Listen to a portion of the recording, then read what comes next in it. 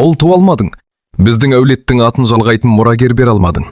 Ғабиттің ашылу дауысы бүкіл үйді жаңғыртты. Сәуле үнсіз тұрды. Қолындағы шай кесесі дірілдеп, ыстық шай ақ дастарханға төгілді. Бірақ оның жанын күйдіріп тұрған шай емес еді. Күйдіріп тұрғаны соңғы 4 жыл бойы күнде еститін осы сөз. Ұл таппаған әйелдің маған не керегі бар? Деді Ғабит тағы да. Ал бұрышта 5 жасар кішкентай Сания қорыққаннан анасының етегіне тығылып жылап тұрды. Сәуле қызының басынан сипады. Қызым, бөлмене кіре ғой. Сания көз жасын сүртіп, үнсіз бөлмесіне кіріп кетті. Ал Ғабит есікті тарс жауып үйден шығып кетті. Сәуле ғана орнында отырып қалды. Ол көз жасын көптен бері көрсетпейтін болған. Өйткені жылаудан ештеңе өзгермейтінін баяғыда түсінген. Бірақ ол бір нәрсені әлі де білмейтін. Ғабиттің ұл көрмей жүргенінің себебі мүлде өзінде екенін. 5 жыл бұрын Алматының сыртындағы үлкен мейрамхана. Сол кеште атақты кәсіпкердің қызы ұзатылып жатқан. Зал лық бола. Әсемсет тоқталсем ән шырқалып тұр. Сахнаға қара көйлек киген сұлу бойжеткен шықты. Бұл Сәуле еді. Ол күндіз балаларға арналған ән мектебінде вокал пәнінен сабақ береді. Ал кешкісін тойларға барып ән айтып, қосымша табыс табатын. Микрофонды қолына алған сәтте ақ бүкіл зал қына қалды. Сәуленің үні ерекше еді. Жылы, таза, жүрекке жететін. Ол ән айтқанда адамдар тамақ ішуді де қойып үнсіз тыңдайтын. Сол кеште қонақтардың арасында жас кәсіпкер Ғабит те отырған. Жанында досы Ерлан бар. «Ей, ана әнші қызды көрдің бе?» деді Ғабит көз алмай. Ерлан күліп жіберді. «Әнші көп қой?» «Жоқ, мынау басқа». «Не болды?» «Үйленемін». Ерлан қарқылдап күлді. «Есім дұрыс па? Әлі сөйлескенде жоқсың». Ғабит сахнаға қарап күлімсіреді. «Сөйлесемін, қалай болса да сөйлесемін». Той біткен соң Сәуле киім ауыстырып сыртқа шықты. Қолында аппаратура салынған сөмке, такси күтіп тұр. Сол кезде қасына қара көлік келіп тоқтады. Терезесі ашылды. «Кеш жарық».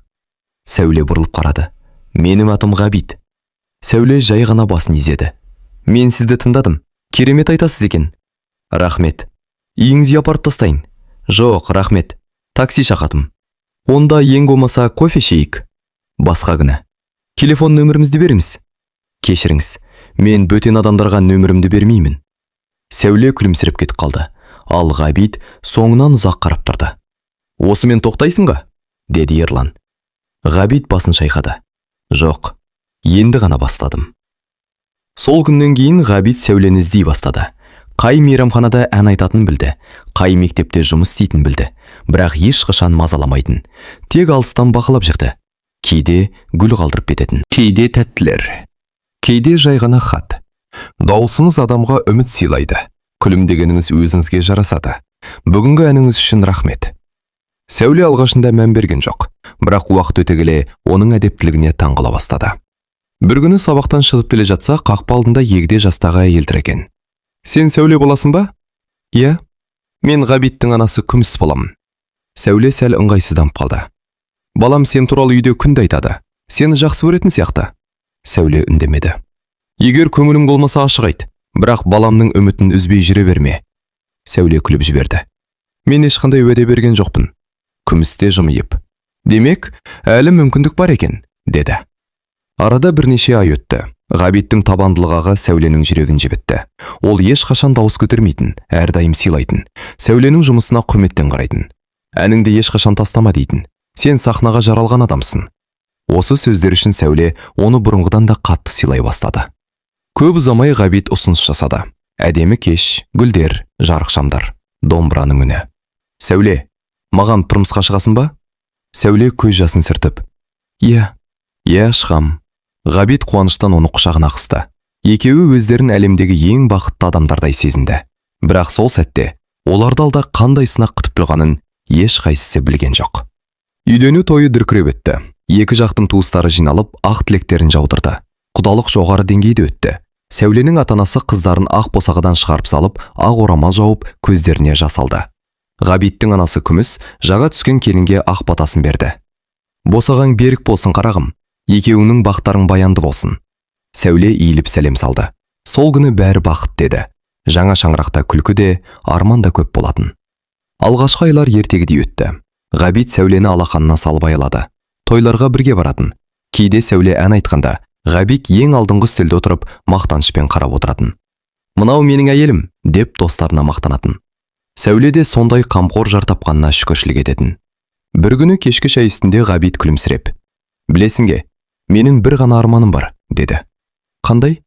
«Өзіме наумайтын ұлым болса екен». Сәуле күліп жіберді. «Қыз болса ше?» Ғабит басын шайқады. «Жоқ, алдымен ұл». «Неге?» «Әкемнің аты жалғасу керек. Өзім сияқты мінезді, өзім сияқты жігіт болса деймін». Сәуле қалжыңдап: «Ал қыз туса, перзентханадан алмай кетеміз бе?» деп күлді. Ғабит те күлгендей болды. «Жоқ, бірақ ұл туғанша туа береміз». Сәуле оның сөзін әзілге балап: «Онда 10 қыз туып қойсам ше?» 11-шісі ұл болады». Екеуі ұзақ күлісті. Сол кезде бұл сөздердің бір күні отбасының ең ауыр дертіне айналатынын ешкім ойламады. Уақыт өте берді. Үйленгендеріне 1 жыл болғанда Сәуле жүкті екенін білді. Қуаныштарында шек болмады. Ғабит бүкіл әулетке хабарлады. Күміс немере сүйетінін айтып, құрбыларына сүйінші сұрады. Тіпті Ғабит балалар бөлмесін алдын ала дайындай бастады. Көк түсті түс қағаз таңдап жүрді. Сәуле күліп: «Әлі қыз ба, ұл ма белгісіз ғой. Ұл болады». «Неден сонша сенімдісің?» «Жүрегім сезеді». Айлар өте берді. Сәуле денсаулығына мұқият қарап, жұмысын уақытша азайтты. Ән мектебінде тек бірнеше топқа ғана сабақ беретін болды. Тойларға баруды да сиретті. Ғабит бұрынғыдан да қамқор көрінді. Бірақ оның әр әңгімесі бір сөзбен аяқталатын. «Ұлым келгенде, ұлым мен футбол ойнаймын. Ұлымды шетелде оқытамын. Ұлым менің компаниямды жалғастырады». Сәуле бір күні жай ғана: «Ал егер қыз болса ше?» Ғабит үнсіз қалды.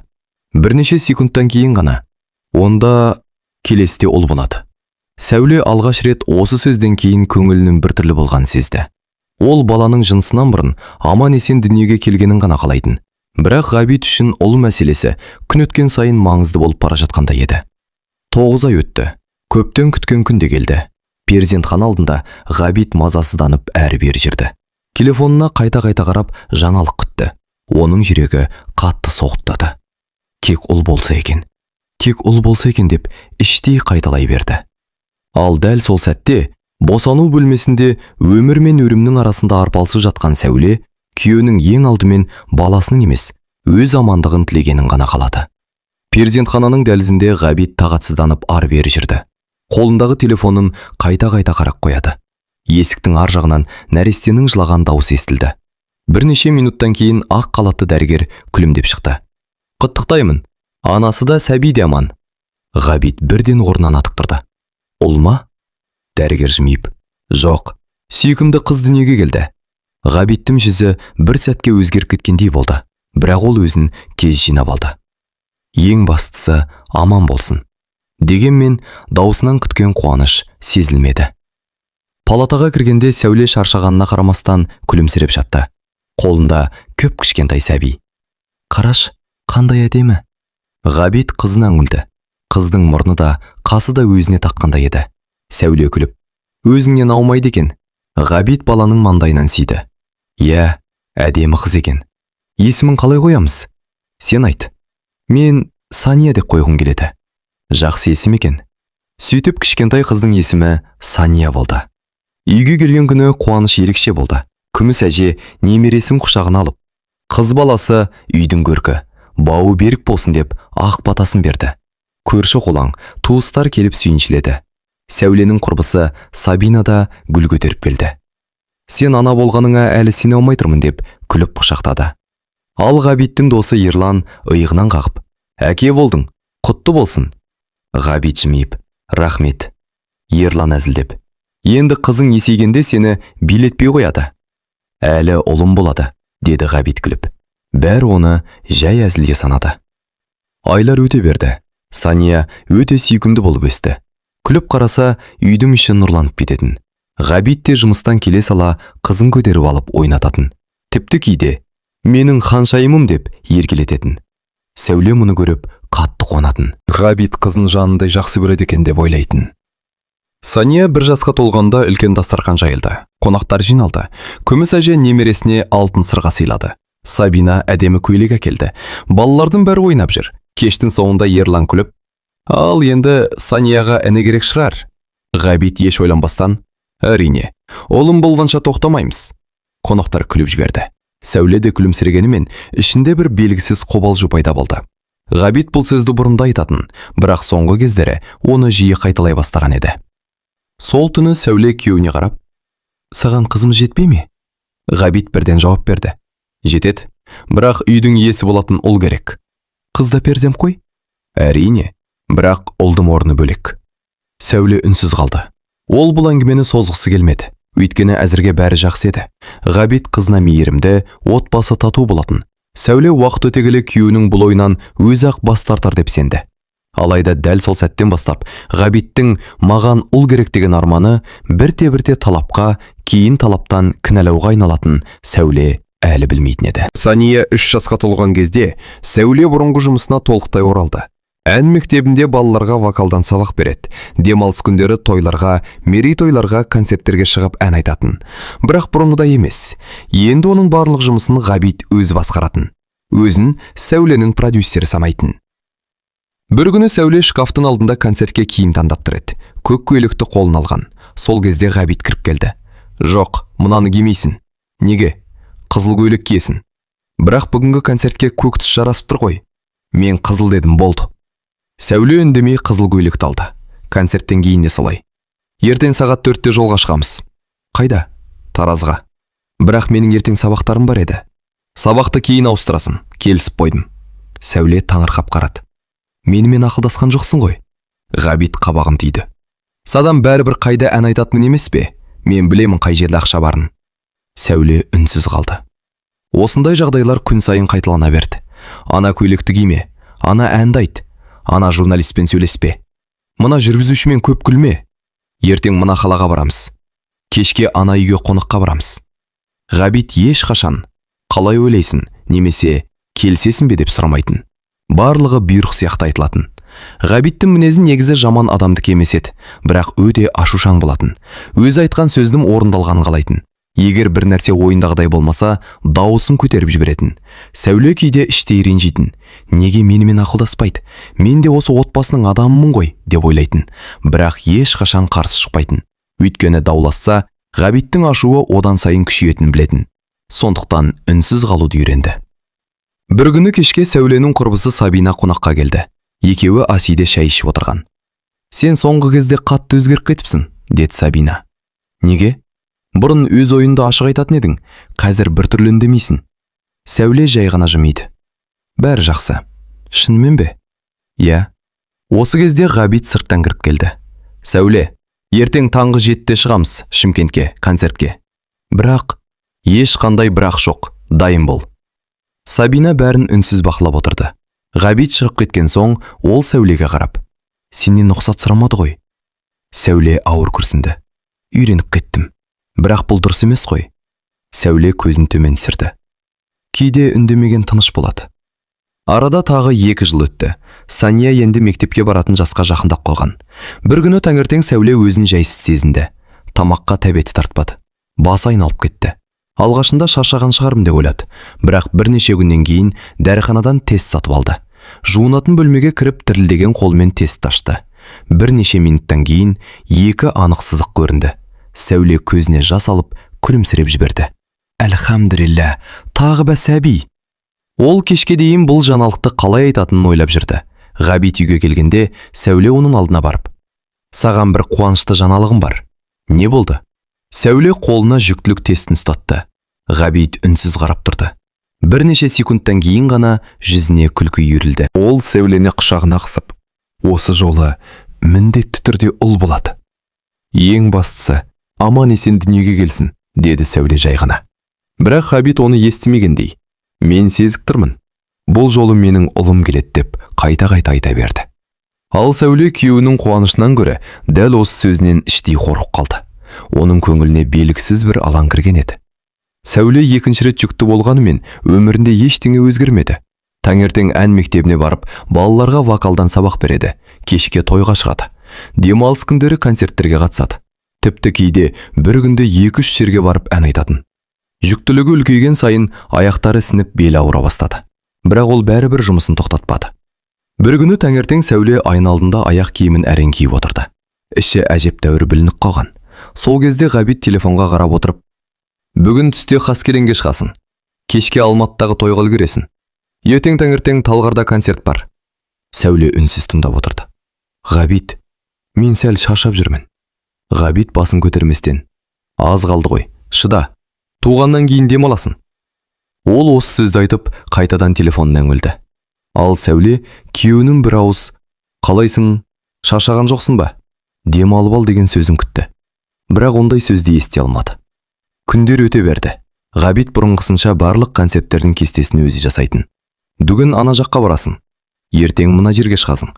Арғы күні корпоратив бар. Сенің орнына ешкім ән айта алмайды. Сәуле кейде, мүмкін мына концерттен бас тартармыз. Дәрігер көбірек тынығу керек деген. Десе, Ғабит қабағын түйіп. Бір-екі айдан кейін бәрібір үйде отырасың. Қазір жұмыс істей бер. Сәуле тағы үнсіз қалатын. Бір күні ән мектебіндегі әріптесі Мейрамбек оны дәлізде тоқтатты. Сәуле, жүзің бозарып кетіпті. Жақсы жүрсің бе? Иә, бәрі жақсы. Дем алып жүрсің бе өзі? Сәуле күлімсіреді. Онша емес. Жүктіліктің соңғы айларында өзіңді күту керек қой. Сәуле жауап бере алмады. Себебі өзін күтуге уақыты да болмай қалған еді. Кешкісін үйге келгенде аяқтары қатты ісіп кеткен болатын. Ас үйдегі орындыққа әрең отырды. Кішкентай Сания жүгіріп келіп, «Анашым, аяғын ауырып тұр ма?» Сәуле қызының маңдайынан сүйді. «Кішкене ғана қызым». Сания анасының аяғын кішкентай қолдарымен сипай бастады. «Мен массаж жасап беремін». Сәуле көз жасын әрең тоқтатты. Кішкентай қызының жанашырлығы кейде үлкендердің қамқорлығынан артық еді. Сол сәтте Ғабит үйге кірді. «Сәуле, ертең таңғы 9-да ауданға шығасың. Кешке тағы бір той қосылды». Сәуле жай ғана. «Ғабит, менің босануыма 2 апта қалды». Ғабит иығын қиқаң еткізді. «Әлі уақыт бар. Дәрігер ештеңе демеген шығар. Бірақ өзімді ауыр сезініп жүрмін. Бәрі әйелдер босанғанша жұмыс істейді. Сен де шыдайсың». Осыны айтып, басқа бөлмеге кіріп кетті. Сәуле оның артынан үнсіз қарап қалды. Жүрегі біртүрлі сыздап кетті. Оған ақшадан бұрын бір ауыз жылы сөз керек еді. Бүгін демалшы деген қарапайым сөзді естігісі келді. Бірақ ол сөзді Ғабиттің аузынан бірде-бір рет естімеді. Сөйтіп Сәуле босанатын күніне дейін ән айтып сахнадан түспеді. Көрермендер оның жүкті екенін байқап, неткен еңбекқор жан деп таңғалатын. Ал ешкім оның бұл еңбегі өз еркінен ғана емес, күйеуінің тоқтаусыз жоспарларының нәтижесі екенін білмейтін. Арада бірнеше күн өткенде түн ортасында Сәуленің толғағы басталды. Бұл жолы Ғабиттің бүкіл үміті бір ғана сөзге тірелген еді. Ұл болса екен. Түн ортасында Сәуленің толғағы басталды. Ғабит оны асығыс перзентханаға алып келді. Жол бойы үндемеді. Кек рөлге қададала қарап отырды. Бірақ оның ойында бір ғана нәрсе болды. Осы жолы ұл болса екен. Бірнеше сағатқа созылған ауыр босанудан кейін дәрігер сыртқа шықты. Жүзі жылы. «Құттықтаймын. Анасы да сәби де аман». Ғабит орнынан атып тұрды. «Ұл ма?» Дәрігер жымиып. «Жоқ. Сіздердің тағы бір қыздарыңыз дүниеге келді». Бір сәтке айнала тынысталып қалғандай болды. Ғабиттің жүзіне жымиыс келгенімен көңіліндегі үміттің үзілгені байқалып тұрды. «Жарайды», деді ол ернін зорға жыбырлатып. «Ең бастысы аман болсын». Палатаға кіргенде Сәуле әлсіреп жатты. Қолында жаңа туған сәби. «Қарашы, қандай әдемі». Ғабит қызына қарап маңдайынан сүйді. «Әдемі екен». Бірақ оның даусындағы мұңды Сәуле бірден сезді. «Ренжіп тұрсың ба?» деп жай ғана сұрады. Ғабит бірден басын шайқады. «Жоқ, неге ренжімін?» Сосын күлімсілеуге тырысып. «Жарайды. Біз әлі жаспыз ғой. Алла қаласа, әлі ақ ұлымыз болады». Сәуле үнсіз ғана басын изеді. Ішінен бір нәрсе сыздап өтті. Ол сәбиінің дүниеге келгеніне қуанып жатқанда, күйеуінің ең бірінші айтқан сөзі тағы да ұл туралы болды. Бірнеше күннен кейін үйге шықты. Күміс әже немересін қолын алып, «Түфәй, қандай сұлу қыз» деп сүйіп алды. Бірақ біраздан соң ауыр күрсініп, «Ұл болғанда жақсы еді». Сосын бірден сөзін түзетті. «Жарайды, қыз да Алланың аманаты. Әлі жассыңдар ғой, әлі де босанасын. Алла ұл да береді». Қонаққа келген туыстар да дәл сондай сөз айтты. «Ештеңе етпейді. Келесісі ұл болады. Жастарың әлі жас. Әулеттің мұрагері әлі дүниеге келеді». Бұл сөздердің бәрі Сәуленің жүрегіне ине болып қадалып жатты. Ешкім «Қыздарың қандай сүйкімді екен? Шүкір, аман есен босандың» деп айтпайтын сияқты көрінді. Әңгіме қайта-қайта ұлға тіреле берді. Сол кеште Ғабит бесіктің қасында үнсіз отырды. Екінші қызының кішкентай қолына қарап жымиып қойды. Әкесі. Сәуле жай ғана жанына келді. Не ойлап отырсың? Ғабит терең дем алды. Қыздарымды жақсы көрем, бірақ бір ұл болса екен. Сәуле көзін жұмып алды. Ол ештеңе демеді. Өйткені бұл әңгімені қанша рет естігенін өзі де ұмытып кеткен еді. Ал дәл сол сәттен бастап оның өмірінде бәрін өзгертетін күндер жақындай бастаған болатын. Ғабиттің бұл арманы уақыт өте келе қарапайым тілек емес, Сәулеге бағытталған ауыр кінәлауға айналатынын ешкім сезбеді. Екінші қызы дүниеге келгеннен кейін Сәуле бұрынғыдан да сезімтал болып кетті. Бір күні кешкі ас үстінде Ғабит тағы сөз бастады. Сәуле, көп созбайық. Біраз уақыттан кейін тағы бір бала көтеру керек. Сәуле қасықты жай ғана үстелге қойды. Ғабит, екі қызымыз да әлі кішкентай, аздап демалайықшы. Ғабит қабағын тиді. Жасымыз келіп қалмай тұрғанда ұлды дүниеге әкелу керек. Бәрі Алланың қолында ғой. Сол үшін әрекет жасау керек. Сәуле үнсіз қалды. Осы әңгімеден кейін оның көңілі бұрынғыдай болмайтын. Бір күні шыдай алмай айтып қалды. Ғабит, сен мені түсінбейсің. Нені? Құдай маған қыз беріп жатса, мен әдейі ұл тумай жатқан жоқпын ғой. Ғабит үндемей қалды. Сәуле көзіне жас алып сөзін жалғастырды. Мен де дені сау сәби дүниеге келсін деп тілеймін. Қыз ба, ұл ма, оны мен шешпеймін ғой. Ғабит ауыр көсінді. Мен сені кінәлап тұрған жоқпын. Бірақ сөздерің солай сездіреді. Екеуі ұзақ үнсіз отырды. Сол күннен бастап араларында бұрын болмаған салқынқы пайда болды. Соған қарамастан өмір өз зырғағымен жалғаса берді. Ғабит бұрынғысынша Сәуленің барлық жұмысын өзі ұйымдастыратын. Сенбі күні той, жексенбі концерт, дүйсенбі корпоратив. Келесі аптада басқа қалаға шығамыз. Сәуле кейде өзін жайсыз сезінсе де, бүгін бармай-ақ қояйыншы деп айтса, Ғабит. Адамдар бізге сеніп отыр, бас тарта алмаймыз деп қысқа қайыратын. Сәуленің көңілі болмаса да, басы ауырса да, денесі шаршап тұрса да, Ғабит бәрібір концерттердің кестесін жасап қоятын. Өзі продюсер ретінде барлық келісімді жүргізетін, ал Сәуле тек айтылған жерге барып әнін айтып қайтатын. Балалардың көп уақытын күміс әжемен атасы қарайтын. Сәуле оған іштей риза болатын, бірақ кейде үлкендердің сөздері де жанына бататын. Бір күні күміс әже кішкентай немересін көтеріп отырып, мына қыздың түрі ұлға ұқсап тұр екен деп күліп қойды. Сосын Сәулеге қарап, бұйырса үшіншісі ұл болатын шығар. Жанында отырған көрші әйелде. Иә, солай болады дейді ғой. Екінші қыз ұлға ұқсаса, келесісі ұл болады екен. Бәрі күліп жіберді, бірақ Сәуле күле алмады. Осындай сөздерді ол күнде еститін. Әлі жассың, үшіншісі ұл болады. Әулетке мұрагер керек. Екі қыз жеткілікті. Ешкім оның көңілін сұрамайтын. Ешкім оның қаншалықты шаршап жүргенін байқамайтын. Барлығының тілегі бір ғана нәрсе еді. Ұл. Сол түні Сәуле қыздарын ұйықтатып болып ұзақ отырды. Екі қызы бейкүнә ұйықтап жатыр. Олардың жүздеріне қарап, көзінен жас шығып кетті. Сендер біреуге жетпей тұрғандай болып қалдыңдар ма? Деп сыбырлады. Дәл сол сәтте есік ашылып, Ғабит кірді. Ертең кешке тағы бір үлкен концерт шықты. Дайын бол. Сәуле басын да көтермеді. Жай ғана жарайды деді. Бірақ оның жүрегі күннен күнге үнсіздікке толып бара жатты. Ол алғаш рет өзін жар емес, кек жұмыс істейтін әнші сияқты сезіне бастады. Уақыт өте берді. Екі қызы да өсіп, үйдің ішіне күлкі сыйлап жүрді. Сәуле бұрынғыдай ән мектебінде сабақ береді. Кешкісін концерттер мен тойларға қатысады. Шашаса да сыр білдірмейтін. Бір күні таңертең өзін жайсыз сезініп, дәріханадан тест алып келді. Бірнеше минуттан кейін екі сызық анық көрінді. Сәуле көзін жұмып, «Әлхамдулилля» деп сыбырлады. Үшінші сәби. Қуануымен қатар жүрегіне қорқыныш ұялады. Ғабит тағы не айтар екен? Кешке Ғабит жұмыстан келгенде Сәуле жайлап қасына отырды.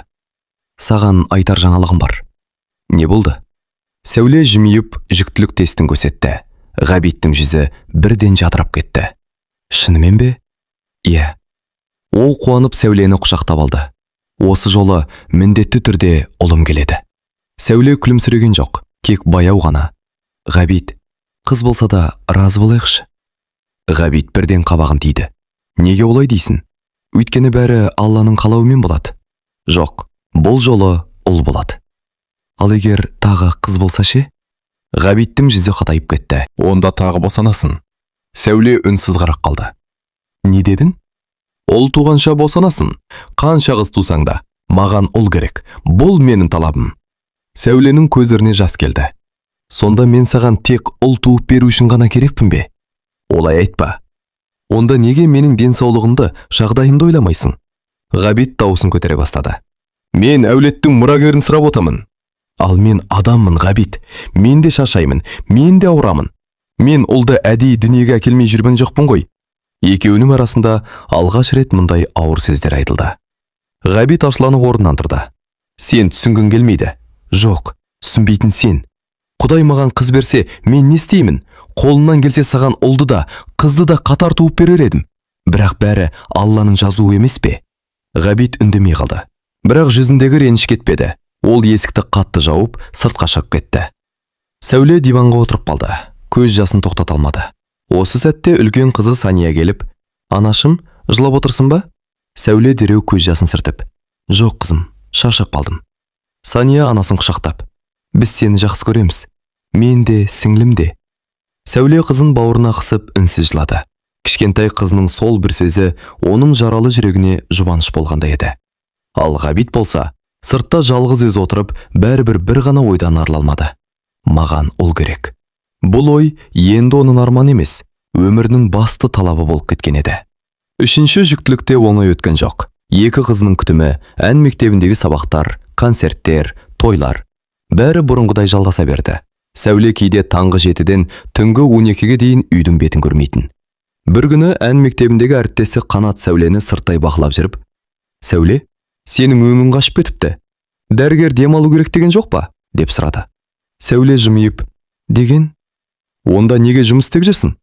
Сәуле жауап бере алмай қалды. Бірнеше секунд үнсіз тұрған соң, «Жұмыс тоқтамайды», деді. Қанат бәрін түсінгендей басын шайқады. Үйге келген соң, Ғабит жаңа келісімдерді айтып отырды. Келесі жұмада Астанаға барамыз. Сенбіде Қарағанда. Жексенбіде Алматыда үлкен концерт. Сәуле баяу ғана. Ғабит, жүктілеуінің 8-ші айы басталды. Сәл азайтсақ қайтеді? Ғабит бірден қарсы болды. Қазір сұраныс көп. Осындай кезде жұмыс істеу керек. Бірақ өзіңді ауыр сезініп жүрмін. Сен мықтысың, бәріне шыдайсың. Сәуле тағы үнсіз қалды. Айлар өте берді. Толғақ бастайтын күнде жақындады. Ғабит күн сайын, «Осы жолы ұл болады, көресің», деп қайталайтын. Тіпті балалар бөлмесіне көк түсті киімдер алып қойған. Кішкентай футбол добы, көк көрпе, ол балаға арналған ойыншық машиналар. Сәуле оларды көрген сайын жүрегі шімете түсетін. Егер тағы қыз болса ше? Осы сұрақ оны күн сайын мазалайтын. Ақыры көптен күткен күн келді. Түн ортасында Сәуленің толғағы басталды. Ғабит оны ауруханаға жеткізді. Бұл жолы бұрынғыдан да қатты қобалжыды. Перзентхананың алдында қайта-қайта жүріп, «Уа Алла, ұл бере көр», деп іштей тілеп тұрды. Бірнеше сағат өтті. Дәрігер сыртқа шықты. «Құттықтаймын». Ғабит асқа жақындады. «Ұл ма?» Дәрігер күлімсіреп, «Анасы аман, сәби де аман». Тағы бір сүйкімді қыз дүниеге келді. Ғабиттің жүзі сол сәтте сұрланып кетті. Ерні әрең қимылдады. «Қыз ба?» «Иә, 3-ші қызыңыз». Ғабит басын төмен түсірді. Бірнеше секунд үндемей тұрды. Содан кейін ғана, «Жарайды», деді. Бірақ бұл жолғы жарайды бұрынғыдай емес еді. Оның көңіліндегі өкініш жүзінен анық көрініп тұрды. Палатаға кіргенде Сәуле жаңа туған сәбиін құшағына қысып жатыр екен. «Қараш, неткен әдемі». Ғабит қызына бір қарап қойды. Бірақ бұрынғыдай қуанып құшағын алған жоқ. Кек үнсіз тұрды. Сәуле бәрін түсінді. «Ренжіп тұрсың ба?» Ғабит. Ол ауыр күрсінді. 3-ші қыз. Сәуле көз жасын әрең ұстап, «Мен кінәлі емеспін. Ештеңе демедім ғой. Бірақ түрің бәрін айтып тұр». Ғабит үнсіз терезеге қараптады. Бөлмені ауыр тыныштық басты. Дәл сол күні олардың арасына бұрын соңды болмаған үлкен қашықтық түсті. Сәуле алғаш рет күйеуінің өзіне емес, дүниеге келмеген ұлға деген сағынышпен өмір сүріп жүргенін анық сезінді. Пағы 3 жыл өтті. Үйдің іші бұрынғыдан да көңілдеді. 3 қыз бір-біріне еркелеп, күліп ойнап өсіп жатты. Сания анасына үй шаруасына көмектесетін болды. 2-ші қызы Сабина қарындастарын ойнататын. Кішкентайы болса үйдің еркеседі. Сәуле қыздарына қарап, «Менің бар байлығым осы 3-еуі», деп іштей шүкіршілік ететін. Бірақ Ғабиттің ойындағы жалғыз арман әлі өзгермеген еді. Бір күні кешке ол тағы әңгіме бастады.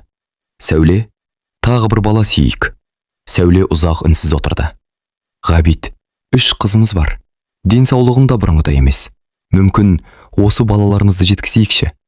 Ғабит бірден қарсы шықты. Жоқ, маған ол керек. Алла не берсе, соған разы болмаймыз ба? Ол туғанша тоқтамаймыз. Сәуле терең дем алды. Бұл сөзді естіген сайын жүрегі ауыратын. Арада көп өтпей Сәуле 4-ші рет жүкті болды. Бұл жолы оның қуанышынан қорқынышы басым еді. Жүктілік бойы ешкім оған өзіңді күт, демал деп айтпады. Керісінше бәрі осы жолы ұл болатын шығар. Ішім сүйірленіпті, түрім өзгеріпті, белгісі ұлға келеді деп үміттеніп жүрді. Ғабит та күнде бұл жолы міндетті түрде ұл, сезіп тұрмын деп қайталай берді. 9 ай өте шықты. Тағы да перзентхана, тағы да ұзақ күту. Ғабит тағы да сол бір сұрақты қойды. Ұл ма? Дәрігер жымиып, құттықтаймын, анасы аман, сәби де аман, қыз дүниеге келді. Ғабит үнсіз қалды. Бұл жолы ештеңе демеді. Жай ғана терезеге қарап тұрып қалды. Үйге келгеннен кейін бәрі бұрынғыдай қуана қойған жоқ. Туыстардың сөздері де өзгере бастады. Бір дастархан басында алыстан келген туыстарының бірі: «Ей Ғабит, 4 қыз болды ғой, ұл туылмайтын болдың ба?» деп әзілдеген болды. Екіншісі күліп: «Әулетті жалғайтын ешкім қалмайтын болды». Күміс әжеде күрсініп: «Біз де бір немере ұл көрсек деп жүрміз». Сәуле үндемей шай құйып отырды. Бірақ келесі сөз жүрегіне қатты батты. Сәуленің бағы қызда шығар. Басқа келін болса, әлде қашан ұл туар еді. Үстел үстін үнсіздік басты. Сәуле жай ғана орнынан тұрып, ас үйге кіріп кетті. Көз жасын ешкімге көрсеткісі келмеді. Кешке үйде Ғабит пен Сәуле қатты сөзге келді. «Көрдің бе, бәрі айтып жатыр». «Не айтып жатыр?» «Ұл керек екен». Сәуле ашуға булығып: «Бәрі айтып жатыр екен деп, мен не істеймін? Мен ұлды әдейі дүниеге әкелмей жүрген жоқпын». «Сәуле, жоқтың да. 4 рет өмірімді қатерге тіктім. 4 қызды дүниеге әкелдім. Сен болсаң, 1 рет болса да, рахмет, амансың ба деп сұрамадың. Сен үшін менің емес, дүниеге келмеген ұлдың қадірі жоғары». Ғабит үндемей қалды. Сәуле көз жасын сүртіп: «Егер тағы да мені ұл туғанша туасын деп мәжбүрлейтін болсаң, мен енді үндемей жүре алмаймын», деді. Осы сөзден кейін үйдің ішін ауыр үнсіздік басты. Ал дәл сол күндері олардың өмірін түбегейлі өзгертетін бір шындық ашылуға жақындап келе жатқан еді. Ғабит әлі де өз өміріндегі ең үлкен қателікті өзі жасап жүргенін білмейтін. 4-ші қызы дүниеге келгеннен кейін Ғабит пен Сәуленің арасы бұрынғыдай болмады. Бұрын ара тұра ғана ренжісетін, енді болса күн сайын сөзге келетін болды. Үйдің ішінде үнсіздік көбейді. Балалар да ата-анасының арасындағы салқындықты сезетін. Бір күні таңертең Сәуле ән мектебіне жиналып жатқан. Ғабит қолындағы телефонға қарап: «Кешке Шымкентке шығасын, ертең үлкен той бар». Сәуле басын шайқады: «Бара алмаймын». «Неге?» «Өзімді жақсы сезініп тұрған жоқпын. 4-ші босанғаныма да көп болған жоқ. Дәрігер дем алды екен». Ғабит ашуланып кетті: «Үйде отыра берсең, келісімдердің бәрі бұзылады. Денсаулығым ақшадан қымбат қой. Сен қазір бәрін сылтау қылатын болыпсың». Сәуле сабырын сақтауға тырысты: «Мен ештеңені сылтау қылып тұрған жоқпын. Маған аздап демалу ғана керек». Кешке тағы да ұл туралы әңгіме шықты. Ғабит: «Уақыт өткізбеу керек, кейін тағы бір бала сүйеміз», деді. Сәуле орнынан тұрып кетті: «Жетеді Ғабит, 4 қызымды дүниеге әкелдім. 4 рет өміріме қауіп төнді. Сен болсаң әлі күнге дейін бір ғана ұлды ойлайсың. Мен әулетінді ойлап отырмын. Ал мені кім ойлайды?» Бөлмеде отырған қыздар қорқып, бір-біріне жақындай түсті. Сания кішкентай қарындастарын құшақтап алды. Ғабиттің ашуы бұрын соңды мұндай деңгейге жетпеген еді. «Сен маған қарсы сөйлейтін болыпсың». «Мен қарсы сөйлеп тұрған жоқпын, мен тек шаршағанымды айтып тұрмын». «Үндеме». «Неге үндемеймін? Мен де осы үйдің адамымын». Ғабит ашумен жақындап келді. Сәуле орнынан қозғалмай тұрды. Келесі сәтте ол ашуға еріп беріп, Сәулені иығынан қатты итеріп жіберді. Тепе-теңдігін жоғалтқан Сәуле қабырғаға соғылып қалды. Бөлмені балалардың шошынған дауысы басты. «Анашым!» Сания жүгіріп келіп анасын құшақтады. Екінші қызы да жылап жіберді. Кішкентайы қорыққаннан бұрышқа тығылып қалды. Ғабиттің ашуы сол сәтте басылып кетті. Ол өз қолына өзі қарап қалды. Мұндай жағдай бұрын ешқашан болмаған еді. Сәуле орнынан бая отырды. Көзінен жас аққанымен ештеңе демеді. Балаларын ғана бауырына басқа. Үйдің ішін ауыр үнсіздік басты. Ғабит: «Сәуле, мен...» деп сөз бастамақ болды. Бірақ Сәуле басын көтеріп: «Болды. Бүгін ештеңе айтпа. Балалардың көзінше енді ұрыспайық. Оның дауысы өте тыныш шықты. Бірақ дәл сол тыныштық Ғабитқа кез келген айқайдан ауыр тиді. Сол түні еш қайсысы сөйлеспеді. Ал Сәуле алғаш рет ішінен осындай өмірді тағы қанша уақыт жалғастыра аламын деп ойлады. Жылдар өте берді. Қыздар да есейді. Енді бәрін түсінетін жасқа жеткен. Үйдегі әрбір ұрыс, әкесінің қатты дауысы, аналарының үнсіз жылағаны, еш қайсысы олардың назарынан тыс қалмайтын. Бір күні кешке Сәуле бөлмесінде үнсіз отырған, көзінің жас кеппеген. Сол кезде үлкен қызы Сания қасына келіп отырды. Анашым? Иә қызым. Ренжімеші, бір нәрсе айтайыншы. Айта ғой. Сания біраз үнсіз отырып қалды. Сосын ақырын ғана. Кетейікші. Сәуле таңырқап қызына қарады. Қайда кетеміз? Әкемнен. Сәуленің жүрегі шым ете қалды. Осы кезде екінші қыз да келіп, «Иә мама, басқа үйге кетейікші, біз әкемізбен тұрғымыз келмейді». Үшінші қыз да анасына келіп құшақтап, «Әкем тағы айқайлайды, мен қорқамын». Сәуле үш қызын құшағына қысып үнсіз жылады.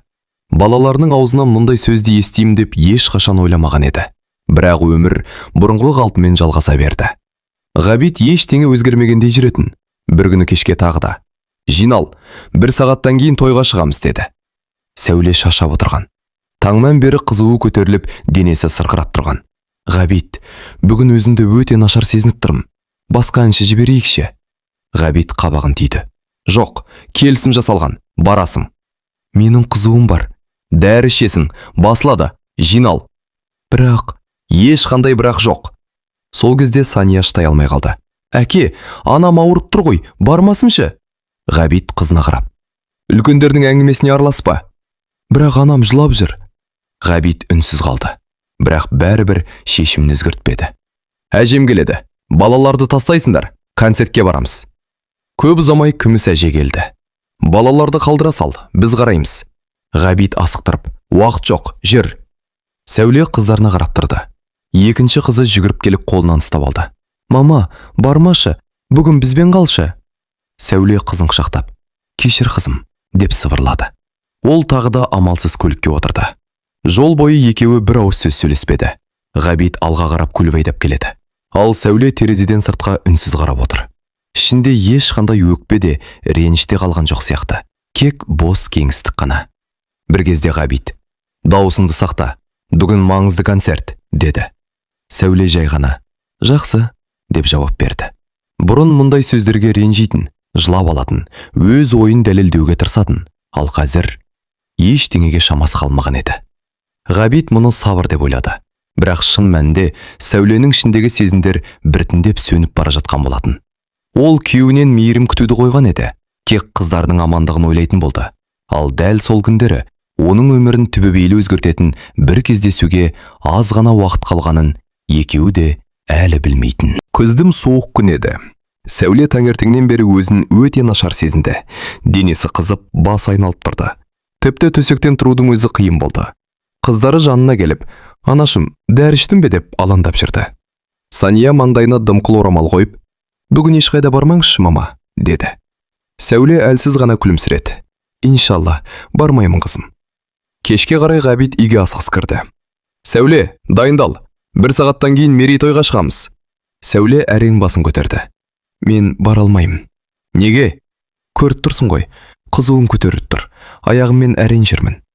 Ғабит қолын бір сілтеді. «2-3 дәрі ішесің, басылады. Адамдар күтіп отыр. Мен бәрін айтып қойдым».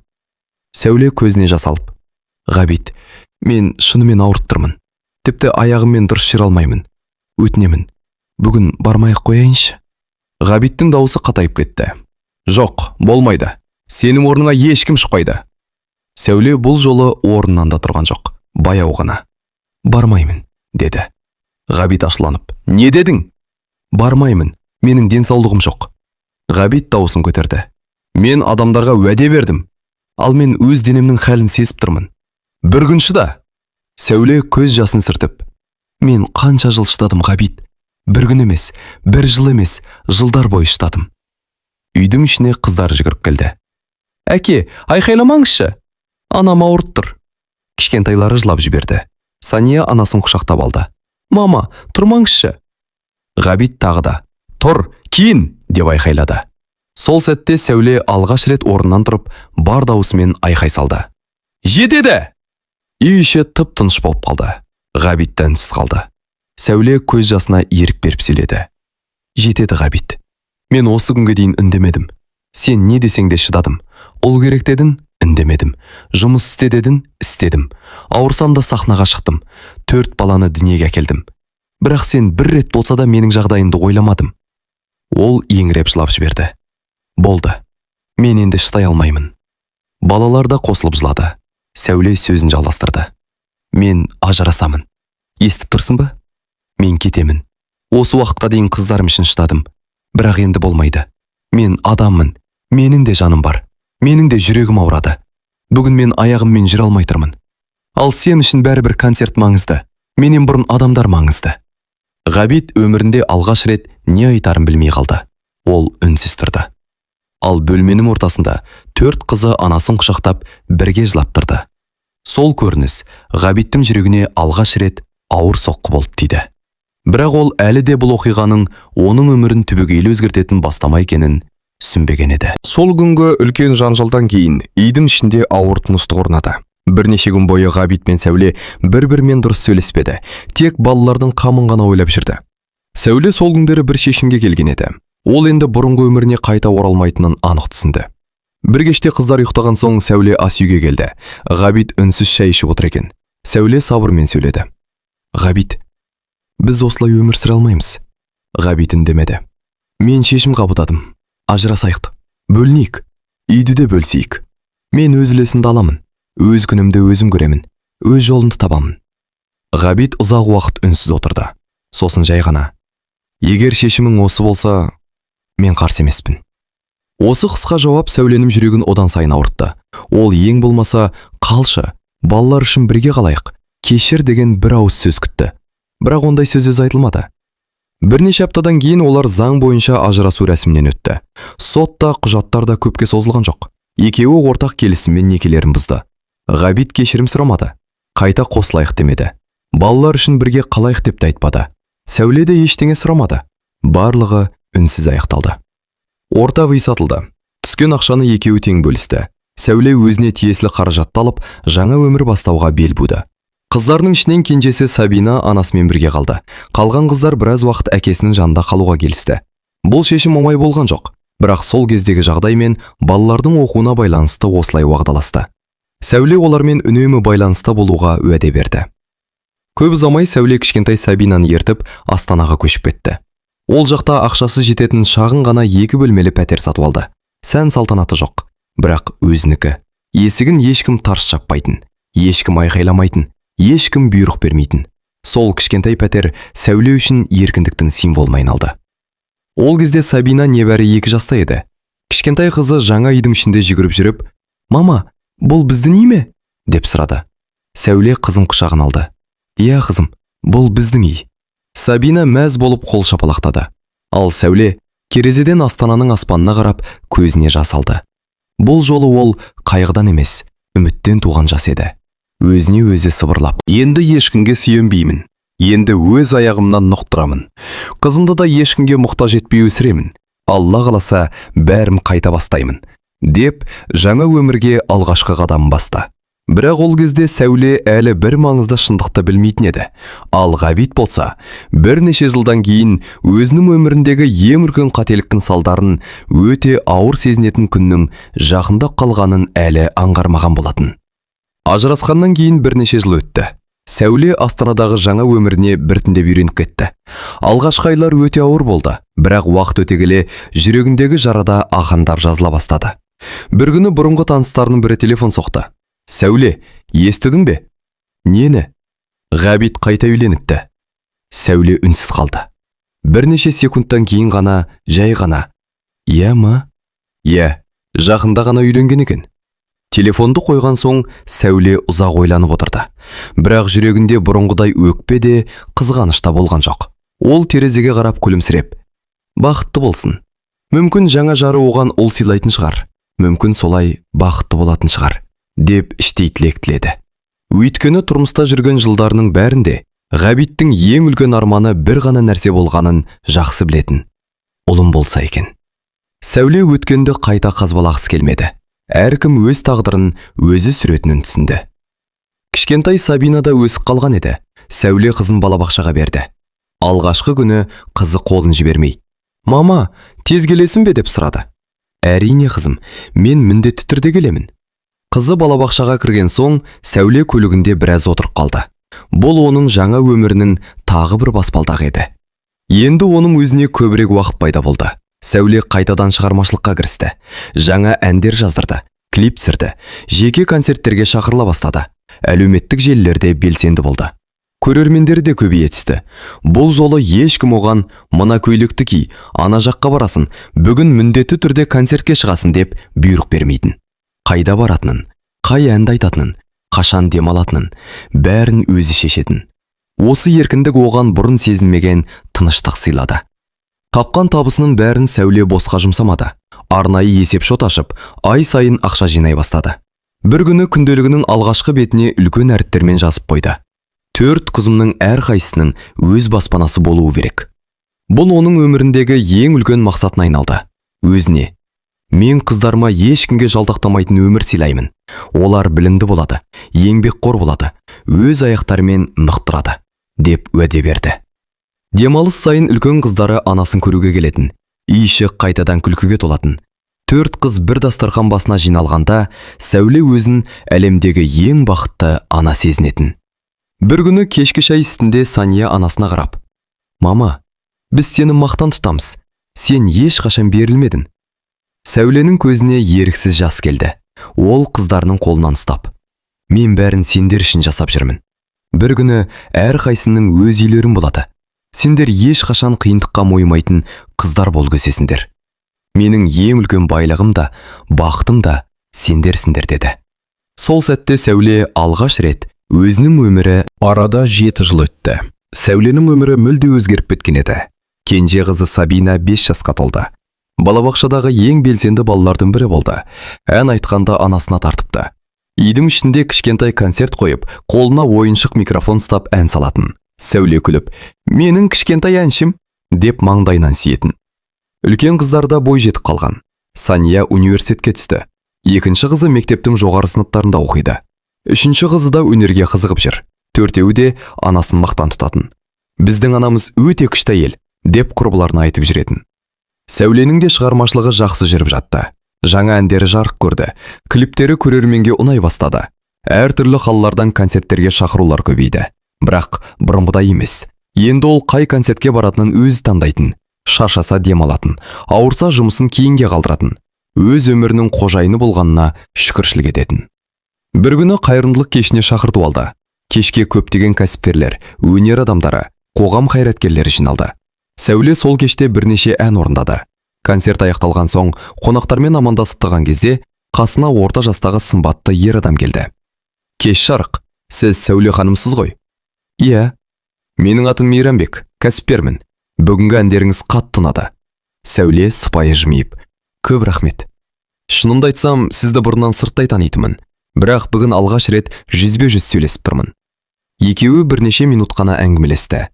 Әңгімелері өте жеңіл өрбіді. Мейрамбек өзін өте мәдениетті, сабырлы адам ретінде көрсетті. Ешқандай артық сұрақ қойған жоқ. Қоштасарда: «Егер қарсы болмасаңыз, байланыста болып тұрсақ» деді. Сәуле сәл ойланып: «Жарайды». 2 күннен кейін телефонға хабарлама келді. «Сәлеметсіз бе Сәуле ханым? Мазаңызды алмаймын деп үміттенемін. Күніміз қалай өтіп жатыр?» Хабарлама Мейрамбектен екен. Сәуле қысқаша жауап берді. Содан кейін анда-санда WhatsApp арқылы хат жазысып тұрды. Әңгімелері тек жұмыс туралы емес, кітап, музыка, өмір жайында болатын. Мейрамбек ешқашан асықтырмайтын, ештеңеге мәжбүрлемейтін. Бір аптадан кейін тағы жазды: «Егер уақытыңыз болса, бір кесе кофе ішіп, жай ғана әңгімелессек қалай қарайсыз?» Сәуле ұзақ ойланып қалды. Ол ажырасқаннан бері ешбір ер адаммен жеке кездесуге келіспеген еді. Бірақ бұл жолы ішінен бір тыныштық сезілді. «Жарайды, 1 сағатқа ғана» деп жауап жазды. Екеуі шағын кофеханада кездесті. Мейрамбек кешікпей келді. Орнынан тұрып қарсы алды. «Келгеніңізге рахмет». «Сізге де рахмет». Сол күні олар бірнеше сағат бойы әңгімелесті. Мейрамбек өз ісі, балалық шағы, ата-анасы туралы айтты. Сәуледе өмірінің кейбір сәттерімен бөлісті. Бірақ бұрынғы отбасындағы ауыр күндерді қозғамады. Мейрамбек те өткенін қазбаламады. Сәулеге дәл осы қасиет ұнады. Кездесу аяқталғанда Сәуле көлікке отырып бара жатып, көп жылдан бері алғаш рет өзін жеңіл сезінді. Сәуле мен Мейрамбектің араласқанына бірнеше ай болды. Олар бір-бірін асықпай таныды. Мейрамбек ешқашан Сәулені қыспайтын, күнде хабарласып, қалайсың, шаршамадың ба, өзіме уақыт бөліп жүрсің бе деп халін сұрап тұратын. Осындай қарапайым қамқорлықтың өзі Сәуле үшін бұрын сезілмеген жылулық еді. Бір күні кешкі серуен кезінде Мейрамбек кенет тоқтап қалды. Сәуле, саған бір маңызды сөз айтқым келеді.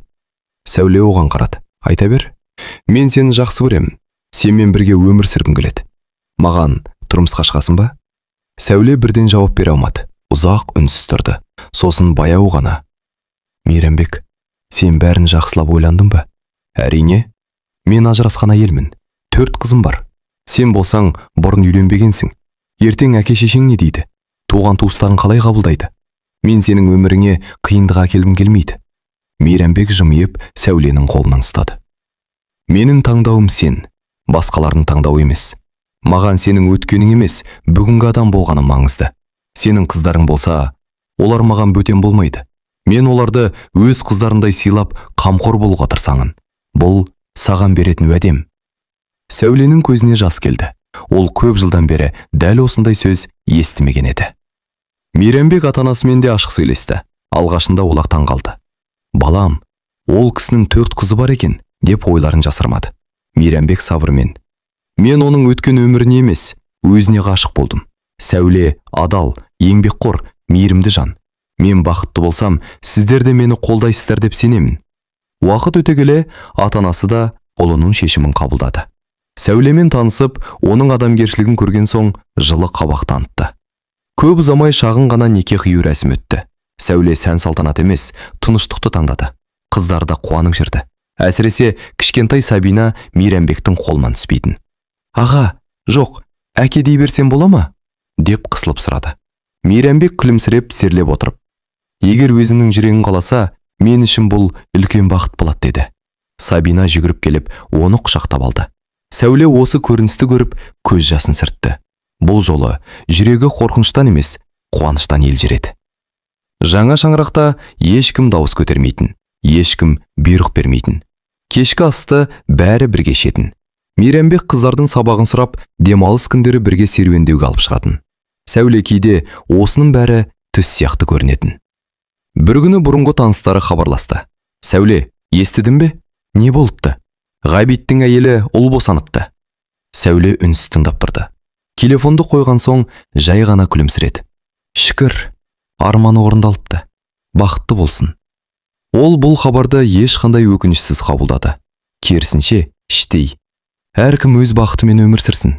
Алла бәрімізге тыныштық пен амандық берсін деп тілек тіледі. Сәуле ешқашан қыздарын әкесінен алыстатпады. Бір күні кешкі ас үстінде Сания. Мама, демалыста әкеме барып келсем бола ма? Деп сұрады. Сәуле бірден күлімсіреп. Әрине қызым, әке болып қала береді. Ол сендерді жақсы көреді. Барып халін біліп тұрыңдар. Балалар әкелермен араласып тұрды. Мереке күндері барып келетін, телефонмен сөйлесетін. Сәуле ешқашан бармаңдар деп айтқан емес. Өйткені ол балалардың әкесі өскенін қаламады. Ал Мейрамбек қыздардың сеніміне күн сайын ие болып келе жатты. Сания университетке барарда, қызым, жолым болсын деп ақ батасын беретін. Екінші қызының жарысына бірге баратын. Үшінші қызының концертін жібермейтін. Кішкентай Сабинаны балабақшадан өзі алып қайтатын күндер де болатын. Балалар оны сыйлап кетті. Бір күні кешкі шай үстінде Сабина. Мама, Мейрамбек әке бізге ешқашан ұрыспайды екен, деді. Мейрамбек күліп. Ұрысқаннан мәселе шешілсе, дүниеде ешкім бақытсыз болмас еді, деді. Үйдің іші күлкіге толды. Сәуле осы бір қарапайым сөздің өзінде үлкен тәрбие жатқанын сезді. Бақытты күндердің бірінде Сәуле тағы да жүкті екенін білді. Қолындағы тестке ұзақ қарап тұрды. Бұл жолы оның жүрегінде қорқыныш болған жоқ. Кешке Мейрамбекке айтты. Саған бір жаңалығым бар. Мейрамбек жымиып, айта бер. Біз тағы да ата-ана болатын сияқтымыз. Мейрамбек қуаныштан Сәулені құшағына қысты. Әлхамдулилля. Бұл бізге берілген үлкен аманат. Сәуле жымиып, ол болса дейсің бе? Мейрамбек басын шайқады. Жоқ, маған бәрібір. Ұл болсын, қыз болсын, Ең бастысы, екеуің де аман болыңдар. Сол сөзді естігенде Сәуленің көзіне жас келді. Өйткені ол дәл осындай сөзді өмірінде алғаш рет естіп тұрған еді. 9 ай көзді ашып жұмғанша өте шықты. Перзентханада дәрігер күлімдеп, «Құттықтаймын, қыз дүниеге келді». Мейрамбектің жүзі бал-бұл жайнады. «Қызым аман ба?» «Иә, анасы да, сәби де аман». Ол палатаға кіріп, кішкентай сәбиді қолына алды. «Қош келдің, қызым. Сен біздің бақытымызды арттыра келдім». Сәуле жымиып, «Көңілім қалған жоқ па?» Мейрамбек таңырқап қарады. «Неге көңілім қалу керек? Бұл менің тұңғыш перзентім. Алла маған қыз сыйлады. Одан асқан бақыт бар ма?» Ол сәбидің маңдайынан сүйіп, ұзақ құшағынан түсірмеді. Сәуле үнсіз ғана қарап отырды. Оның жүрегіндегі көп жылғы жара сол сәтте толық жазылғандай болды. Бірнеше айдан кейін үлкен қыздары бәрі жиналып, кішкентай қарындастарым айналып толғанып жүрді. Үйдің іші шаттыққа толды. Сол күндері Сәуле тағы бір жаңалық естіді. Ғабиттің екінші әйелі тағы да ұл дүниеге әкеліпті. Енді Ғабиттің 2 ұлы болған екен. Сәуле бұл хабарды сабырмен қабылдады. Шүкір, әр адамның өз несібесі, өз бақыты бар. Мен де өз бақытымды таптым. Ол өткен өміріне өкінбеді. Өйткені дәл сол сынақтар оны бүгінгі бақытқа жеткізген еді. Жылдар өте келе, Ғабит пен қыздарының арасы біртіндеп алыстай бастады. Алғашқы кезде қыздар өздері хабарласып жүрді. «Әке, қал жағдайыңыз қалай? Демалыста барып қайтайық па?» Бірақ уақыт өте келе, Ғабиттің телефоны жиі сөндірулі тұратын болды. Кейде қоңырауға жауап бермейтін, кейде кейін сөйлесемін деп қысқа ғана жазатын. Қыздары әкесінің үйіне бірнеше рет барған күндері де болды. Бірақ үйінде болмай шығатын. Жұмыста деп айтатын. Кейде басқа жаққа кеткен болып шығатын. Бірте-бірте қыздар да әкелерін мазаламауға үйренді. Олар әкелерін жек көрген жоқ. Кек өздері іздеген мейірімді, өздері күткен көңілді таба алмады. Ал Мейрамбек болса, жыл өткен сайын қыздарға одан сайын жақындай түсті. Ол ешқашан өзін олардың туған әкесінің орнына қоймады, бірақ әрқашан жанынан табылды. Мектептегі қуаныштарында да, университетке түскен күндерінде де, қиналған сәттерінде де. «Қызым, қолымнан келеді. Сен өзіңе сен. Мен әрқашан жанындамын». Осы қарапайым сөздердің өзі қыздардың жүрегіне жылу сыйлады. Уақыт өте келе, олар Мейрамбекті өз әкелеріндей жақсы көріп, ерекше құрметтей бастады. Күндер сырғып өте берді. Үлкен қызы Сания оқуын аяқтап жақсы қызметке орналасты.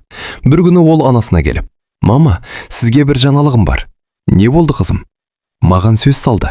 Сәуле қызын құшақтап, «Бақытты бол, қызым. Алла жолыңды ашсын. Тойдың дайындығы басталды». Сәуле бұрынғыдай бар күшін салып қызының ұзату тойын ұйымдастырды. Мейрамбек те туған әкесіндей жан-жақты көмектесті. «Сәуле, қызымның әкесіне де хабар берейік. Қалай болғанда да ол әкесі» деді. Сания әкесіне телефон соқты. «Әке, тұрмысқа шығайын деп жатырмын. Тойымызға келсеңіз деймін». Телефонның ар жағынан Ғабиттің сабырсыз дауысы естілді. «Мен ештеңеге қатыса алмаймын. Өздерің өткізе беріңдер». Осы сөзден кейін байланыс үзілді. Сания үнсіз қалды. Көзіне жас келгенімен ештеңе демеді. Мейрамбек қыздың жанына келіп, «Қызым, бүгін жыламаймыз. Бұл сенің ең бақытты күнің. Әкең келмесе де, сен жалғыз емессің. Мен сенің жаныңдамын». Сания оны құшақтап, «Рахмет, әке», деді. Бұл сөзді естігенде Сәуленің жүрегі елжіреп кетті. Жылдар өте берді. Кішкентай қызы да бой жетіп өсті. Үйдің іші әрдайым күлкіге толы болды. Немерелер дүниеге келді. Мейрамбек бәріне бірдей қамқор ата болды.